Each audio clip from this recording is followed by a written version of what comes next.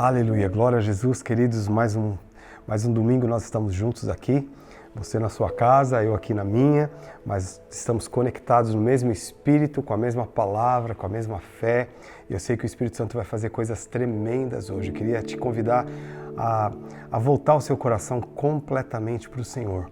Queria que você se sentisse como João, o apóstolo João se sentiu lá em Apocalipse capítulo 4, a Bíblia fala que ele ouviu uma voz e disse para ele: João, sobe aqui e eu vou te mostrar as coisas que em breve vão acontecer. É isso que acontece com a palavra de Deus. A palavra de Deus para nós, ela é assim, é um convite para nós enxergarmos pela ótica de Deus, para nós enxergarmos aquilo que Deus quer nos mostrar, e isso começa a modelar o nosso coração e a nossa vida. Então eu quero te convidar a fazer isso agora.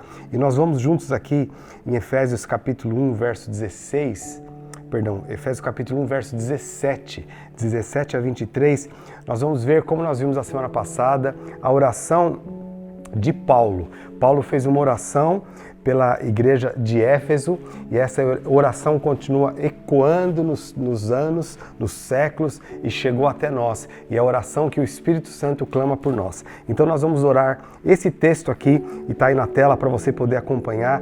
Efésios capítulo 1, a partir do versículo 17. Diz assim: Peço ao Deus de nosso Senhor Jesus Cristo, o Pai da Glória, que conceda a vocês espírito de sabedoria e de revelação no pleno conhecimento dele. Peço que ilumine os olhos do coração de vocês para que saibam qual é a esperança da vocação de vocês e qual é a riqueza da glória da sua herança nos santos e qual é a suprema grandeza do seu poder sobre nós, os que cremos, segundo a eficácia da força do seu poder. Ele exerceu este poder em Cristo, ressuscitando dentre os mortos e fazendo-o assentar à direita de Deus nas regiões celestiais, acima de todo principado, potestade, poder, domínio e de todo nome que se possa mencionar, não só no presente século, mas também no vindouro, e sujeitou todas as coisas debaixo dos pés de Cristo, e para ser cabeça sobre todas as coisas o deu à igreja, a qual é o seu corpo, a plenitude daquele que a tudo enche em todas as coisas. Então essa oração é muito poderosa, essa oração está carregada aqui da unção do Espírito Santo para nos elevar, nos tirar do nível onde nós estamos e nos colocar no nível de revelação. E eu declaro esta unção sobre a sua vida, eu declaro essa unção sobre as nossas vidas, eu declaro essa unção sobre a igreja, a revelação para que nós possamos conhecer a nossa bendita esperança, a esperança da nossa vocação.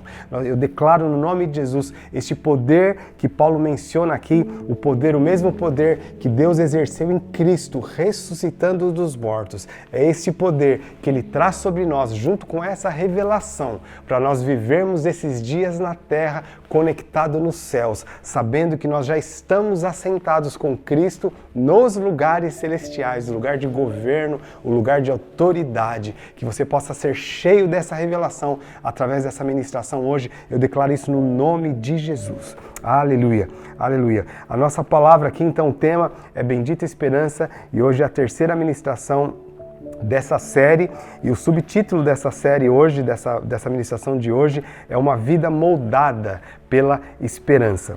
Aleluia. Então, dentro desse tema, uma vida moldada pela esperança, vamos só relembrar aqui o que é esperança. Esperança, ela diz respeito ao futuro. Então, a bendita esperança, a esperança da nossa vocação, é um chamado de Deus. Ele quer descortinar diante dos nossos olhos uma visão do futuro que vai moldar o nosso presente. E essa visão do futuro, ela traz uma alegria, ela traz um entusiasmo, ela traz uma perseverança. A Bíblia descreve que todos os homens que viveram no passado, tiveram a vida moldada por uma visão de futuro que eles tiveram. Isso é a bendita esperança e é sobre isso que eu estou falando aqui, que nós estamos falando nessa série. E esse convite, a vocação, é um convite que Deus nos faz. Vem e vê. Vem que eu quero te mostrar o que está para acontecer. E isso vai moldar a nossa vida, vai moldar o nosso coração. Eu tenho uma história da minha infância, né? Na minha época, na minha infância, o presente mais desejado e mais aguardado e que era muito caro era uma bicicleta. Eu sou da época onde tinha aquela propaganda da Caloi, onde as pessoas colocavam os bilhetinhos no bolso do pai, dizendo: não esqueça da minha Caloi. Eu sou dessa época e eu tinha um desejo, como todos os meninos, muito grande de ter uma bicicleta. E por ser de uma família bem simples, eu sou o 11º filho, imagine quantas bicicletas meu pai teve que comprar antes de mim. Então, eu cresci com essa expectativa, com esse sonho de ter a minha bicicleta, não de ficar emprestando a bicicleta de alguém, de ter a minha bicicleta. Então, o Natal era a época da expectativa de receber presentes. E eu sempre, antes do Natal, checava com meu pai: pai, esse ano vai dar para eu ter a minha bicicleta? E muitos anos meu pai falou: filho, esse ano não vou conseguir, esse ano não vai dar. Então eu ficava meio murcho, mas esperava o próximo ano. Ia chegando o Natal: pai, esse ano vai ter jeito? E ele falava: esse ano não vai ter jeito de novo. E assim eu ficava adiando essa expectativa de ter a minha bicicleta. Um dia, quando estava chegando perto já do Natal, eu ainda estava estudando, não tinha entrado de férias, eu cheguei da escola, cheguei em casa, a minha mãe estava num quarto de costura que ela tinha, e ela estava costurando, e eu perguntei: mãe, o que você está fazendo? Ela falou: eu estou fazendo um shorts para você andar de bicicleta. Uau, quando ela disse aquilo, para mim já ficou muito claro: meu pai vai comprar a bicicleta esse ano, e aqueles shorts que a minha mãe estava fazendo, aquilo para mim tinha uma mensagem muito poderosa de amor, de cuidado, da perseverança deles em juntar dinheiro para suprir as minhas necessidades, mas aquilo acendeu, trouxe no meu coração uma janela de esperança, que eu ainda não tinha ganho a bicicleta, tinha algumas semanas até isso acontecer, mas aquela esperança iluminou os meus olhos, e os meus dias até a chegada dessa bicicleta foram dias incríveis que eu nunca mais vou esquecer. Esses dias, na verdade, eles foram até mais maravilhosos do que o dia em si que eu ganhei a bicicleta, porque eu ganhei a bicicleta e ficou uma semana chovendo, eu não podia sair com a bicicleta. O dia que eu fui sair, o pneu ainda estava murcho, eu não conseguia encher, levei no borracheiro para encher e fui encher o pneu da bicicleta, o pneu estourou. E eu tive que esperar mais um tempo até conseguir comprar um outro pneu para aquela bicicleta. Mas a esperança que nasceu naquele dia, quando eu tive a visão do futuro, isso encheu meu coração de uma alegria muito incrível. Isso é um exemplo do que a esperança produz na nossa vida. E é essa bendita esperança que Deus quer acender no nosso coração, mas não de coisas pequenas, né, como uma bicicleta ou coisas que nós podemos ter nessa terra. Deus quer iluminar os nossos olhos com a expectativa do reino de Deus. Deus quer descortinar para nós. E Deus tem feito isso, queridos, desde o início, desde que Ele chamou, por exemplo, Abraão. Antes mesmo disso, quando a gente lê, por exemplo, Hebreus capítulo 11, tem uma lista dos heróis da fé que começa lá com Abel, o primeiro que foi morto, foi perseguido lá. Mas Abel, a Bíblia fala que ele tinha uma expectativa, ele tinha uma esperança de algo que Deus mostrou para ele. E isso moveu Abel a fazer aquele sacrifício, porque tinha algo no coração dele. Já Caim, ele foi tentar fazer uma oferta para Deus, mas ele não tinha nenhuma visão do futuro. Por isso que aquela oferta foi rejeitada. Mas eu quero mostrar para vocês, nós vamos aqui na Bíblia, e nós vamos ver o primeiro exemplo aqui, que é o exemplo de Abraão. Está lá em Hebreus, capítulo 11, verso de 8 a 10, diz assim: pela fé, Abraão, quando chamado, obedeceu, a fim de ir para um lugar que ele deveria receber como herança, e partiu sem saber para onde ia. Pela fé, peregrinou na terra da promessa, como em terra alheia, habitando em tendas com Isaque e Jacó, herdeiros com ele da mesma promessa, porque Abraão, preste atenção nisso, ele aguardava a cidade que tem fundamentos, da qual Deus é o arquiteto e construtor. Então, queridos, a promessa que Abraão esperava não era aquela terra prometida que até hoje é objeto de disputa entre os povos árabes, a terra onde Israel está hoje. De fato, Deus deu aquela terra a eles, mas Abraão, ele teve o descortinar de algo muito superior, e que aqui a Bíblia descreve que é uma cidade que tem fundamentos, da qual Deus é o arquiteto, o construtor. Cá para mim, Abraão viu a Nova Jerusalém, que nós vamos ver daqui a pouco. O segundo exemplo aqui desse descortinar do futuro aconteceu com o profeta Daniel. Eu estou lendo alguns aqui, mas se nós pegarmos a Bíblia, desde Gênesis, nós vamos ver a promessa de um reino eterno. Davi falou sobre isso, Isaías falou sobre isso, Jeremias falou sobre isso, Ezequiel falou sobre isso, ou seja, todos os homens de Deus, eles viram algo. Mas eu quero mostrar especificamente Daniel, porque é muito impressionante. Daniel ele foi cativo para a Babilônia, quando o povo de Israel quando Israel foi invadido pela Babilônia, pelo rei Nabucodonosor, e eles foram levados cativos para lá. E Daniel foi ainda jovem para esse cativeiro, e ele foi por causa Deus tinha um propósito na vida dele. Ele foi colocado no palácio junto com muitos outros rapazes da mesma idade dele. E naquela época, Daniel estava sendo treinado para servir ali no palácio. E nessa época, o rei Nabucodonosor teve um sonho. E esse sonho o fez ficar extremamente perturbado. E por causa dessa perturbação do sonho, Nabucodonosor não sabia o que significava aquilo, porque era algo muito forte, muito forte. Então ele chamou os magos na época da Babilônia e falaram para eles: vocês precisam revelar o sonho que eu tive. E os magos falaram: ok, rei, então me conta o sonho que a gente vai revelar. Só que Nabucodonosor falou: não. Se vocês de fato têm esse dom da adivinhação, vocês vão ter que me contar o sonho e a revelação do sonho. E se vocês não contarem isso, eu vou mandar matar todos os magos, todos os sábios da Babilônia. E eles ficaram apavorados, porque eles disseram: ninguém é capaz disso. E aí Daniel ficou sabendo disso, porque a pessoa que estava encarregada de cuidar desses sábios falou para Daniel: Daniel, vocês todos vão morrer, porque o rei disse que quem não revelar o sonho dele vai morrer. E aí Daniel pediu para esse homem que cuidava deles, era um servo do rei, e falou: pede para o rei, me dá essa noite, porque eu vou orar e o Deus dos céus vai me revelar esses sonhos. Mas tudo isso fazia parte de um projeto de Deus, nós vamos ver isso claramente.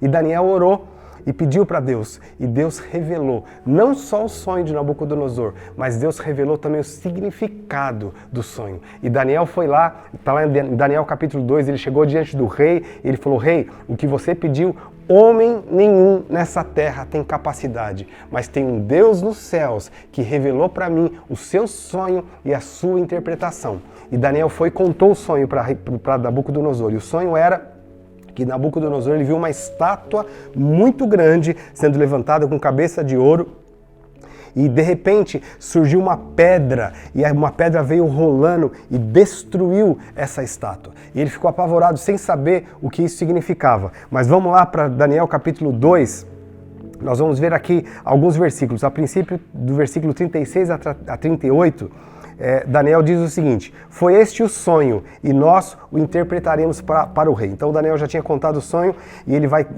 dar essa interpretação. Mas antes, olha o que ele diz. Ele fala o seguinte: tu, ó rei, és rei dos reis.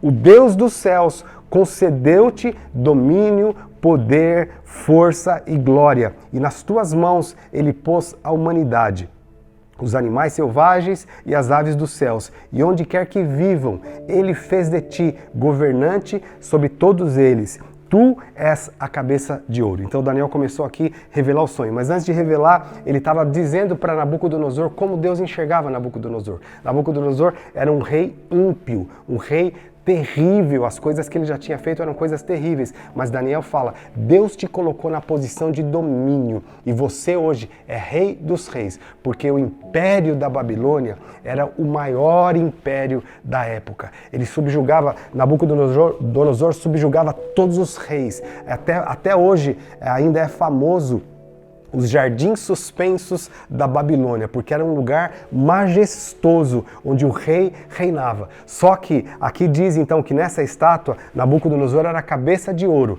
mas essa estátua tinha o peito e os braços de prata, e depois tinha o ventre ali de bronze, e as pernas de ferro e os pés de barro e ferro.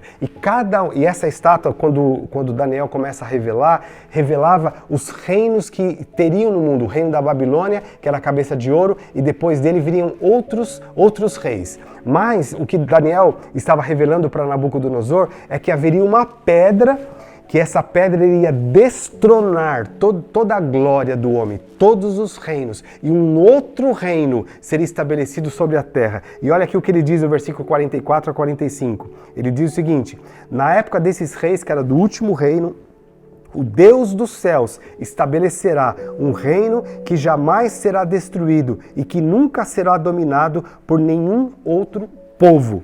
Destruirá todos os reinos daqueles reis e os exterminará, mas esse reino durará para sempre. E este é o significado da visão da pedra que se soltou de uma montanha sem auxílio de mãos, pedra que esmigalhou o ferro, o bronze, o barro, a prata e o ouro. O Deus poderoso mostrou ao rei o que acontecerá no futuro, e o sonho é verdadeiro e a interpretação é fiel. É incrível, eu estou gastando tempo nesse texto aqui, porque o próprio Jesus depois, quando ele fala sobre a destruição de Jerusalém, ele menciona o que Daniel falou, ele menciona a revelação de Daniel, porque mais tarde Daniel teve uma revelação dos tempos que viriam até a vinda de Jesus e depois os tempos do fim. Então nós vemos, eu estou dizendo tudo isso para vocês, para mostrar que tudo o que está acontecendo hoje, nos dias que nós estamos vivendo, faz parte de um plano eterno de Deus. Nada fugiu do controle de Deus.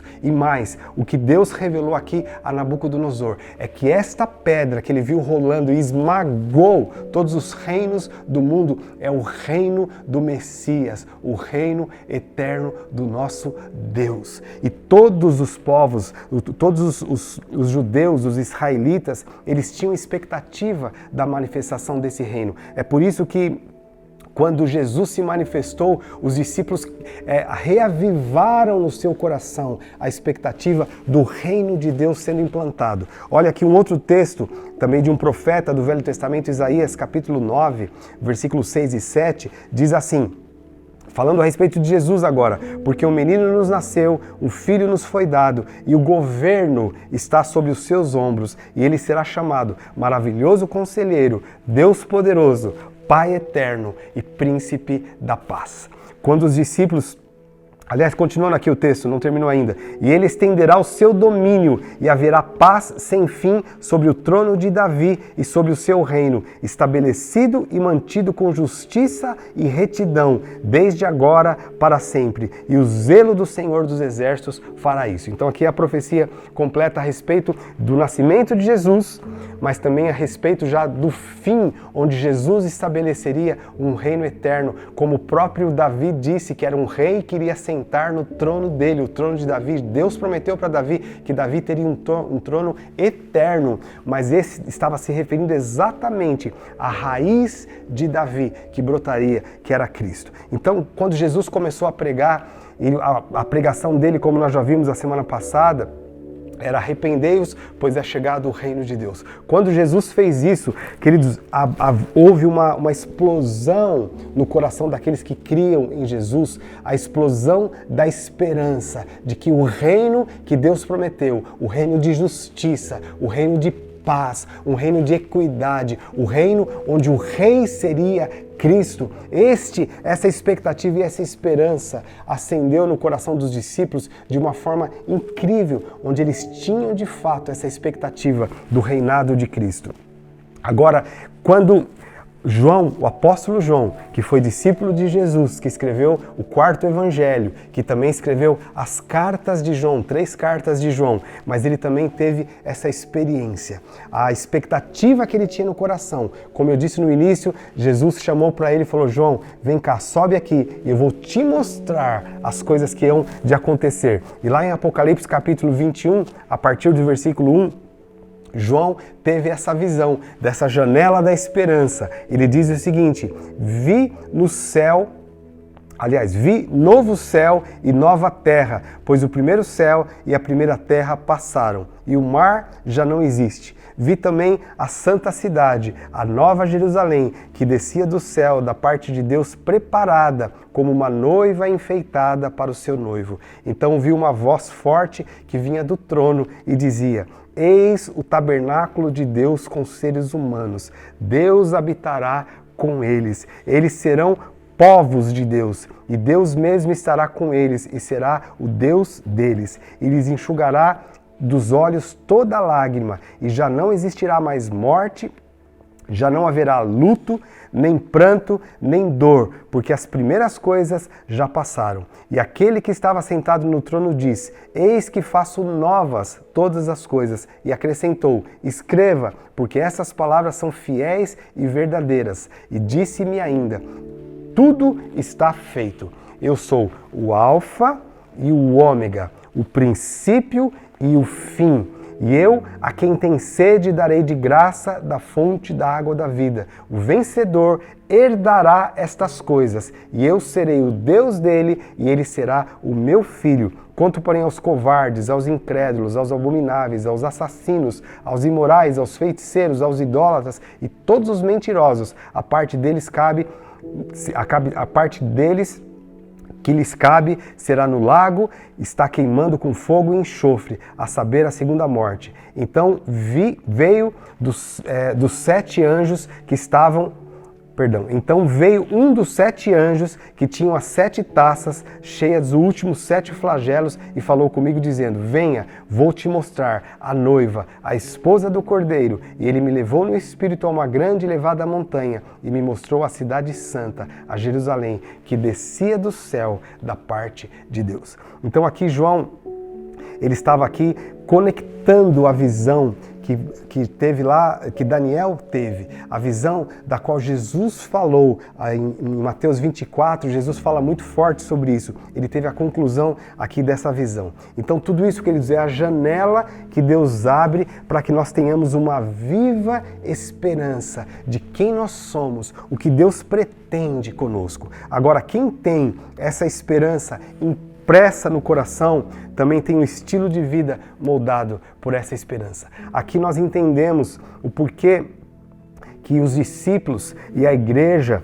eles estavam dispostos a morrer por causa de uma verdade, por causa de uma revelação, porque eles tiveram os olhos abertos, eles enxergaram algo que vai muito além deste mundo, um reino eterno que vai ser estabelecido nessa terra. E esse reino tem como rei o nosso Senhor Jesus, mas nós temos uma viva esperança, uma vocação, um chamado para reinarmos com Cristo nesse reino. Agora, quem tem essa esperança, quem tem acesa essa luz nos seus olhos, no seu coração, o que acontece com essas pessoas? Primeiro, as escolhas e as prioridades dessa pessoa serão moldadas por essa visão. Olha o que Jesus diz em Mateus capítulo 6, verso 31 a 33, Jesus diz assim: Portanto, não se preocupem dizendo, o que vamos comer, ou o que vamos beber, ou com que vamos nos vestir,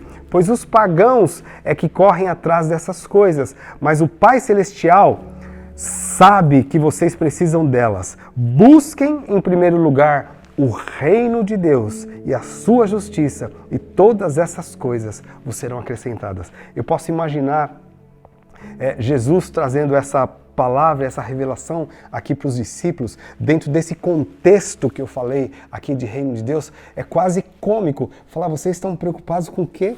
Com comer, com beber, com vestir? Olha, dá uma olhada, abre a janela e veja o que Deus tem preparado para vocês. Então, se vocês têm os olhos nessa janela e vocês sabem que tem um reino inabalável do qual vocês fazem parte, vocês foram convidados para fazer parte, se vocês têm isso, se vocês têm essa visão, se vocês têm essa esperança viva dentro de vocês, vocês não vão ficar choramingando por causa da comida, por causa da bebida, vocês não vão trabalhar por isso. Jesus não está dizendo aqui que os discípulos, aqueles que têm essa esperança, não trabalham. Nós trabalhamos sim, mas nós não trabalhamos por causa disso, porque nós precisamos de comida e nós precisamos de bebida. Nós trabalhamos por uma razão, porque nós queremos: venha o teu reino e seja feita a tua vontade, assim na terra como nos céus. Que essa foi a oração que Jesus ensinou aqui em Mateus capítulo 6, mesmo, versículo 9. Ele ensinou essa oração, porque aqueles que têm essa janela aberta vão viver por essa verdade. Então, buscar primeiro o reino de Deus, queridos, é muito mais do que simplesmente frequentar uma igreja, é muito mais do que entregar os dízimos, é muito mais do que simplesmente ter uma vida de oração, é muito mais do que isso, é ter uma viva esperança dentro de si, essa convicção de que eu faço parte de um reino e tudo o que eu faço nessa terra é preparar para a manifestação desse reino na terra. Quem tem essa viva esperança tem isso como prioridade. O segundo, quem tem essa viva esperança, olha como enxerga a morte. Paulo diz isso em 1 Tessalonicenses 4, 13 a 14. O que mais, na verdade, o que leva os homens a se tornarem escravos é o medo. Então quem tem medo, por exemplo, de alguma coisa, se torna escravo daquilo que tem medo. Por isso que Jesus fala, não temam aquele que pode matar o corpo, mas temam aquele que pode lançar a alma no inferno. Então o que Jesus está dizendo do temor do Senhor. Nós não precisamos nem temer a morte, porque quando nós temos essa visão do reino aberta diante de nós, nós não precisamos temer a morte. Olha o que Paulo diz em 1 Tessalonicenses 4, verso 13 e 14, e Paulo escreveu essa carta porque nessa época os cristãos já estavam sendo muito perseguidos, já tinha começado a perseguição, perseguidos especialmente por Roma, e era comum muitos cristãos morrerem. E Paulo escreve uma carta para essa igreja, e olha o que ele diz, capítulo 4, versículo 13 a 14, diz assim: Irmãos, não queremos que vocês ignorem a verdade a respeito dos que dormem. E dorme aqui, ele estava usando uma linguagem figurada, ele estava falando sobre aqueles que morreram. Então eu não quero que vocês sejam ignorantes da verdade, vocês não deixam de conhecer a verdade daqueles que dormem, para que não fiquem tristes como os demais, que não têm esperança. Pois, se cremos que Jesus morreu e ressuscitou, assim também Deus, mediante Jesus, trará na companhia dele aqueles que dormem. Então olha que Paulo está falando, olha que loucura. Ele diz para aqueles que já tinham perdido entes queridos, de repente esposas que perderam maridos, ou pais que perderam filhos, ou filhos que perderam pais. Paulo está dizendo para ele o seguinte: você que tem uma viva esperança, a tristeza que você tem é diferente da tristeza daqueles que não têm esperança. Por quê? Porque a morte não é o fim. Pelo contrário, aqueles que morreram em Cristo, eles também vão ressuscitar com Cristo para fazer parte desse reino inabalável, o reino de Cristo, o reinado de Cristo. Todos aqueles que são de Jesus, que têm essa viva esperança, não precisam temer a morte. E aqueles que perderam entes queridos, mas que esses entes queridos eram de Jesus, você pode ter certeza que eles vão ressuscitar com Cristo, para reinar com Cristo. Então, aqueles que têm essa viva esperança, enxergam a vida e a morte por uma outra ótica. Mas o último ponto que eu quero abordar aqui: como nós vivemos a nossa vida, como nós fazemos as nossas escolhas, como nós enxergamos a vida, aqueles que têm essa viva esperança. Olha o que Pedro fala, 2 Pedro capítulo 3, verso 3 e 4, a princípio Pedro diz assim: Antes de tudo, saibam que nos últimos dias virão escarnecedores com as suas zombarias, andando segundo as próprias paixões e dizendo: Onde está a promessa da sua vinda? Porque desde que os pais morreram, todas as coisas permanecem como desde o princípio da criação. Vamos entender esse contexto aqui. O que Pedro está dizendo, ele está alertando aqui a igreja sobre o seguinte: os irmãos, eles viviam tanto pensando e com essa expectativa da vinda do reino de Deus, que eles pregavam sobre isso, eles viviam sobre isso, e chegou uma hora que a Bíblia fala aqui que os zombadores, os escarnecedores, começaram a zombar, falaram: puxa, mas faz tanto tempo que vocês falam sobre esse reino, sobre essa manifestação desse reino, mas esse reino não aparece, será que isso é verdade mesmo? O reino de Jesus ainda não veio, será que é verdade mesmo? Vocês estão vivendo por esse reino, vocês estão sendo até perseguidos por esse reino, muitos estão perdendo até a vida por causa desse reino, será que vale a pena? O que Pedro fala aqui, que nesses últimos dias virão os escarnecedores, que vão zombar e vão dizer: será que vale a pena viver por este reino? Aí olha o que Pedro fala aqui a partir do versículo 9. O versículo 9, ele diz o seguinte: o Senhor não retarda a sua promessa, ainda que alguns a julgam demorada. Pelo contrário, ele é paciente com vocês, não querendo que ninguém pereça, mas que todos cheguem ao arrependimento. Então, uma pausa aqui, Pedro está dizendo, ele não retardou a promessa, não. Ele não retardou. O que ele é longânimo, ele é misericordioso, porque ele quer que todas as pessoas tenham a oportunidade de ter essa janela da esperança aberta no seu coração, que possam enxergar essa viva esperança, esse reino eterno. E aí Pedro continua dizendo, porém, o dia do Senhor virá como um ladrão. Naquele dia, os céus passarão com grande estrondo, os elementos se desfarão pelo fogo, também a terra e as obras que nela existem desaparecerão. Uma vez que tudo isso será assim desfeito, vocês devem ser pessoas que vivem de maneira santa e piedosa, esperando e apressando a vinda do dia de Deus. Por causa desse dia, os céus incendiados serão desfeitos e os elementos derreterão pelo calor. Nós, porém, segundo a promessa de Deus, esperamos novos céus e nova terra, nos quais habita a justiça. Por essa razão, amados, esperando essas coisas, esforcem-se para que Deus os encontre sem mácula, sem culpa e em paz. É impressionante o alerta que Pedro está fazendo, porque naqueles dias, talvez a igreja começou a ser perturbada por esse pensamento. Falou, será que é isso mesmo? Acho que a vida é só isso aqui. Então eles ficavam pensando, vamos fazer como a filosofia diz, comamos e bebamos, que amanhã morreremos. A nossa vida é só isso aqui. E talvez isso estava minando um pouco até a esperança dos discípulos, a esperança dos cristãos. Talvez a visão deles começou a ficar meia turva diante daquelas lutas, das perseguições, e eles começaram a olhar para baixo e pensar na vida só nessa terra. Foi quando Pedro escreveu essa carta para eles e falou, ei queridos, ei discípulos, Deus não retarda a sua promessa. Nós não sabemos o dia que vai acontecer, mas Ele certamente virá. Mas sabe o que está acontecendo? Por que está demorando? Porque Deus é misericordioso. Ele não quer que ninguém se salve, que ninguém se perca. Ele quer que todos se salvem. Por isso Ele está esticando o tempo da sua paciência. Mas espere, porque um dia esse céu vai ser desfeito. A terra, como nós vimos, ela vai ser queimada e mudada, porque nós vamos viver num novo céu e uma nova terra, onde o reino de justiça vai ser instalado. Nós vamos viver debaixo deste reino de justiça. E aí Pedro diz, por essa razão, amado, nós que esperamos essas coisas, ou seja, nós que temos essa esperança, e ele começa a dar aqui um estilo de vida que deve ter as pessoas que têm essa esperança. E eu quero terminar com esses 3 pontos aqui. Qual o estilo de vida daqueles que têm essa esperança? Primeiro, Pedro fala o seguinte, vocês devem ser as pessoas que vivem de maneira piedosa e santa. Pedro está falando aqui de uma consagração, porque o que é santidade? Santidade é se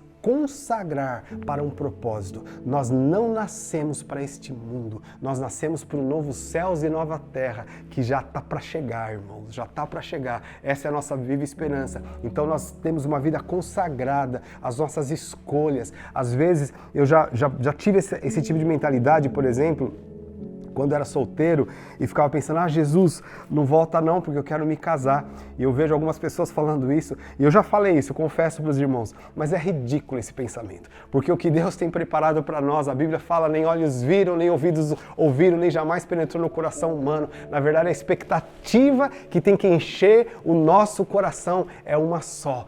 Venha o teu reino. Essa é a expectativa. Enquanto esse reino não chega na sua plenitude, nós podemos sim nos casar, mas nós devemos fazer isso de olho no reino. Porque tem gente que na hora de fazer essas escolhas, perdem a visão do reino e faz escolha só baseado nessa terra, só baseado na sensualidade, só baseado na carnalidade e desviam o foco e os olhos dessa expectativa do reino. Você pode estudar, pode e deve estudar sim, você deve ter uma profissão, você deve sonhar em crescer profissionalmente, em ajuntar dinheiro, faça sim, mas faça isso tendo como ótica essa janela aberta, os meus olhos fitos na minha viva esperança. Aí se eu tenho isso, tudo, se eu tenho essa janela aberta, tudo que eu faço, tudo que eu tenho é para expandir esse reino, é para apressar a vinda deste reino. Então tudo que nós fazemos deve ser baseado nessa ótica. Isso é uma vida santa, uma vida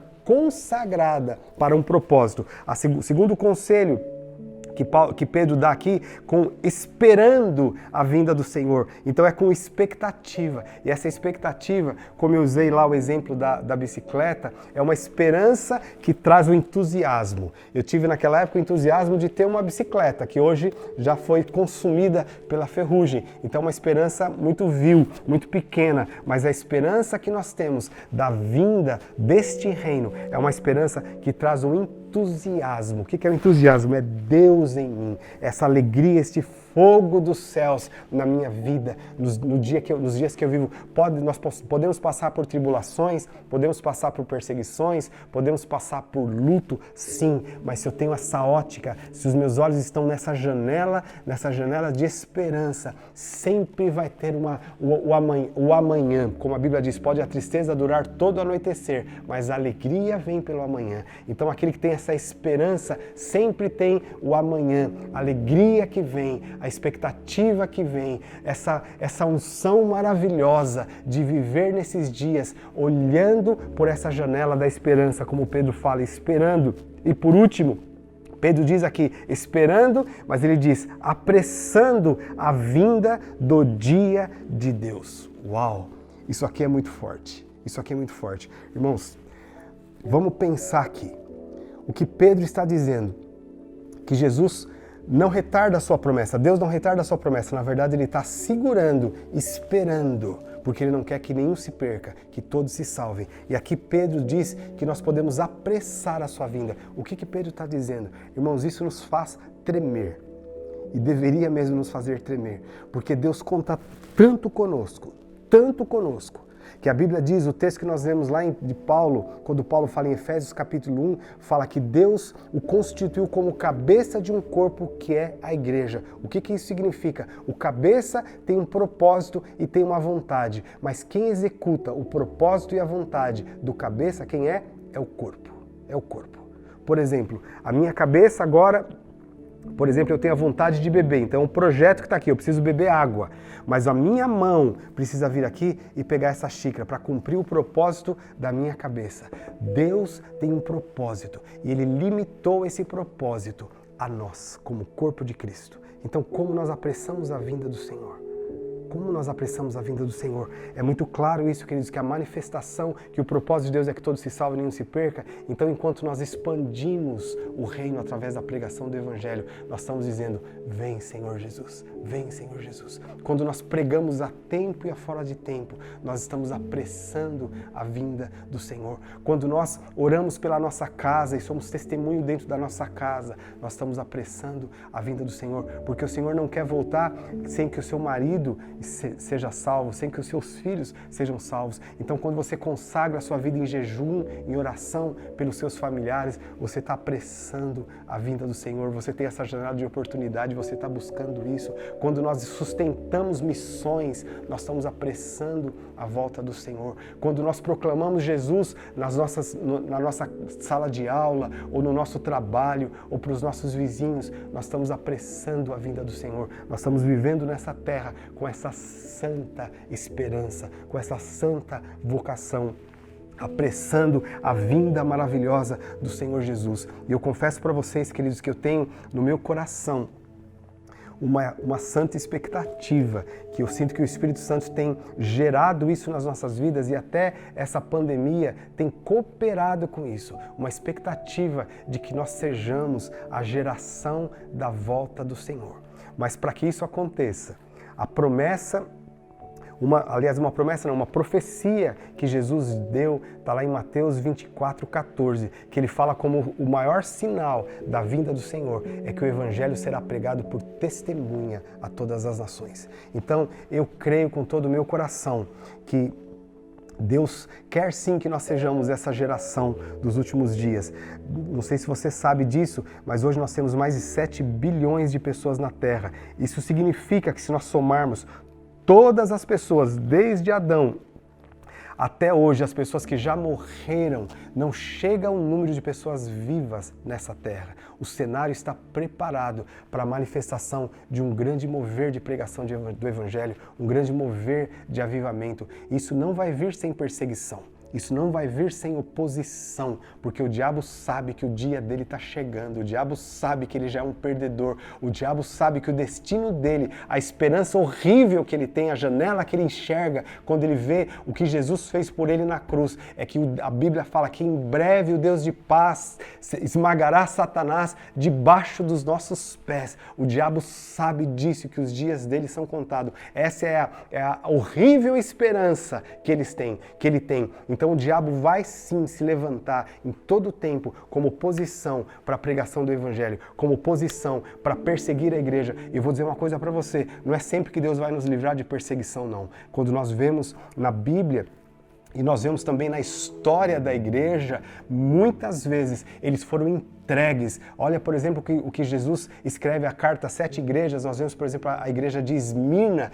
Jesus diz lá para eles, vocês estão sendo perseguidos, o diabo tem perseguido vocês e vocês vão ser entregues na mão deles, mas tenham perseverança, sejam fiéis até o fim. Então vai vir perseguição? Vai vir sim. Eu não quero dizer para você que vai ser uma vida fácil que nós vamos ter, e nós não queremos uma vida fácil, porque nós não esperamos isso. A nossa esperança está num reino eterno. Ainda que nós sejamos perseguidos nessa terra, ainda que nós sejamos caluniados, ainda que nós sejamos mortos, nós vamos continuar dizendo, ora vem, Senhor Jesus, porque nós somos cidadãos deste reino inabalável. Então eu quero terminar aqui dizendo para você, querido, que a sua vida, a minha vida, a nossa vida, a vida da igreja seja modelada por esse sonho e por esse propósito de Deus, que Ele quer que todos se salvem e nenhum se perca. Então vamos nos levantar agora como a geração que vai ser a geração da última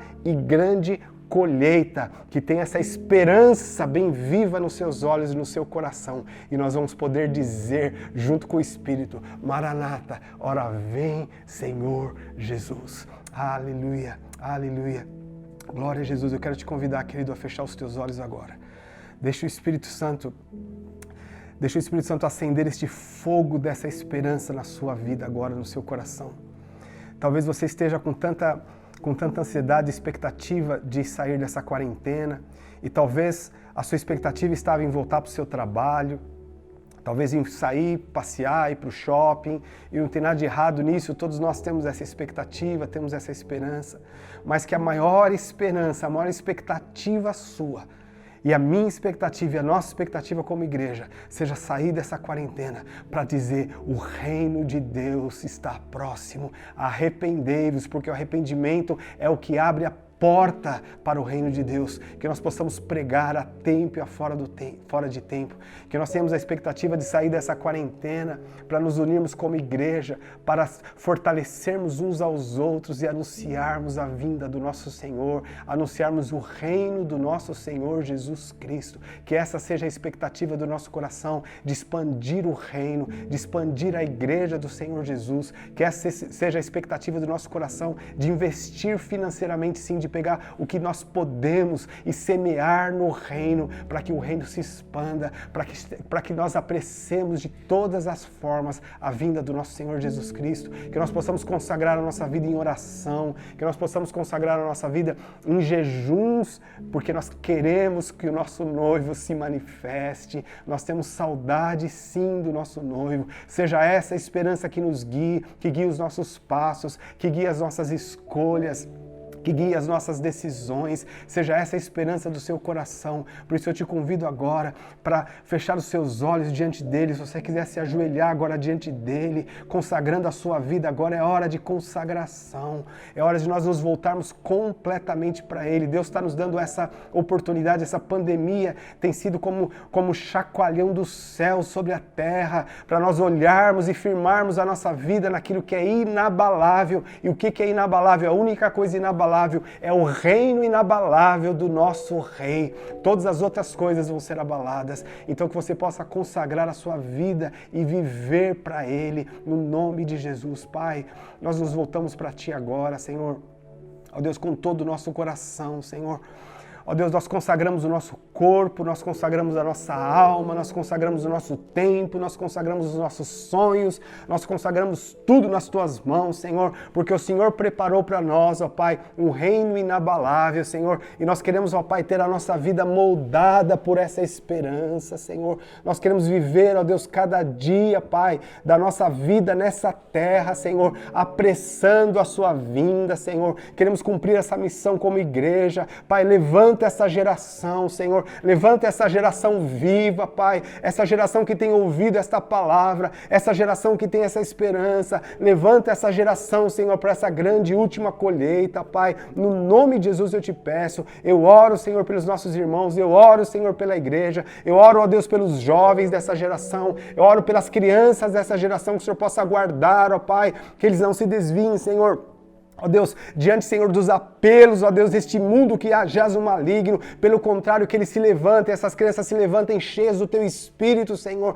para cumprir esse propósito. Eu oro, ó Deus, pelas famílias, Pai, que as famílias não se percam, Senhor, não se percam, ó Pai, Senhor, no barulho deste mundo, mas possam viver, ó Pai, para glorificar o Teu nome e apressar a Tua vinda, Senhor. Ó Deus, levanta, Senhor, a Tua igreja, levanta, Pai, o Teu povo, Senhor, para cumprir este propósito, Senhor, no nome de Jesus eu te peço, Senhor, para a Tua glória, porque o Senhor mesmo promete que as portas do inferno não prevalecerão contra a Tua igreja, no nome de Jesus, Pai, eu oro, Senhor, aleluia. Eu quero orar também, querido, se você conheceu o Senhor Jesus e você voltou atrás na sua decisão, ou você que não conhecia Jesus ainda e você está tendo agora essa janela da esperança aberta no seu coração, eu quero te convidar agora para você fazer essa oração, retornando para o Senhor. A Bíblia nos mostra muito claro que o arrependimento é a porta do reino, por isso Jesus veio pregando e falou: arrependei-vos, porque é chegado o reino de Deus. Então eu te convido agora para fazer essa oração de arrependimento, se arrependendo do estilo de vida que você estava levando e viver agora uma vida completamente voltada para Ele, para o Autor e Consumador da nossa fé. Por isso, feche os seus olhos agora. Você quer fazer essa decisão ou você quer retornar para Jesus? Faça essa oração comigo agora. Fala assim: Senhor Jesus, eu me arrependo de viver a minha vida como se o Senhor não existisse. Mas agora eu me volto totalmente para Ti. Eu recebo perdão pelos meus pecados através do Teu sangue que foi derramado naquela cruz. E eu volto a minha vida completamente para o Senhor. E eu entrego o controle da minha vida nas Tuas mãos. Eu quero viver para Ti. Eu quero viver por esta viva esperança. No nome de Jesus. Amém, amém. Parabéns para você que está fazendo essa oração. Eu te convido a mandar o seu nome por esse WhatsApp. Nós queremos estar em contato com você, queremos orar por você, queremos fazer parte dessa sua história maravilhosa, essa história que Deus está escrevendo no nome de Jesus. No nome de Jesus. Irmãos, é tão bom nós estarmos juntos aqui. E eu quero só te lembrar que no domingo que vem, se nós estivermos ainda no culto online, nós vamos ter a nossa ceia, e a ceia é um momento maravilhoso de avivar essa esperança. Então eu te convido para comprar o pão, o suco de uva, para que nós possamos celebrar essa ceia juntos, celebrando a vida do nosso Senhor Jesus e esse reino maravilhoso que nós já podemos experimentar aqui, mas ainda nós vamos ver isso na plenitude, no nome de Jesus. E eu também quero te pedir que nós estamos encerrando o nosso culto aqui, mas em seguida nós vamos ter os nossos avisos que vão passar na tela. Então dá um tempinho, dá uma olhada na agenda da semana que nós temos, para que nós possamos estar bem conectados em tudo aquilo que Deus está fazendo no nome de Jesus. Amamos vocês e nós vamos orar agora encerrando esse culto no nome de Jesus. Pai, obrigado a Deus por esse tempo precioso, por essa viva esperança, Pai. Muito obrigado pela vida dos meus irmãos. Eu abençoe que a graça do nosso Senhor Jesus Cristo, o amor do Pai, a unção e a consolação do Espírito Santo seja conosco hoje e sempre, no nome de Jesus. Amém. Amamos vocês.